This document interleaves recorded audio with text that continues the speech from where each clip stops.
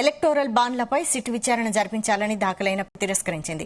రాజకీయ పార్టీలు, కార్పొరేట్ దాతల మధ్య క్విడ్ ప్రోకో జరిగిందంటూ వచ్చిన ఆరోపణలపై న్యాయస్థానం పర్యవేక్షణలో దర్యాప్తు జరిపించాలని దాఖలైన పలు పిటిషన్లపై కోర్టు విచారించింది. సాధారణ చట్టం కింద చర్యలు తీసుకునే మార్గాలు ఉన్నప్పటికీ దీనిపై మాజీ న్యాయమూర్తితో విచారణకు ఆదేశించడం అనుచితమే అవుతుందని అభిప్రాయపడింది. ఆర్టికల్ 32 ప్రకారం ఈ దశలో జోక్యం చేసుకోవడం కూడా తొందరపాటే అవుతుందని సుప్రీం ధర్మాసనం వ్యాఖ్యానించింది. ఎలక్టోరల్ బాండ్ల ద్వారా రాజకీయ పార్టీలు స్వీకరించిన విరాళాలను రికవరీ చేయడంతో పాటు వాటి ఆదాయ పన్ను మదింపులను తిరిగి తెరవాలని పిటిషనర్లు కోరడాన్ని సుప్రీంకోర్టు తిరస్కరించింది.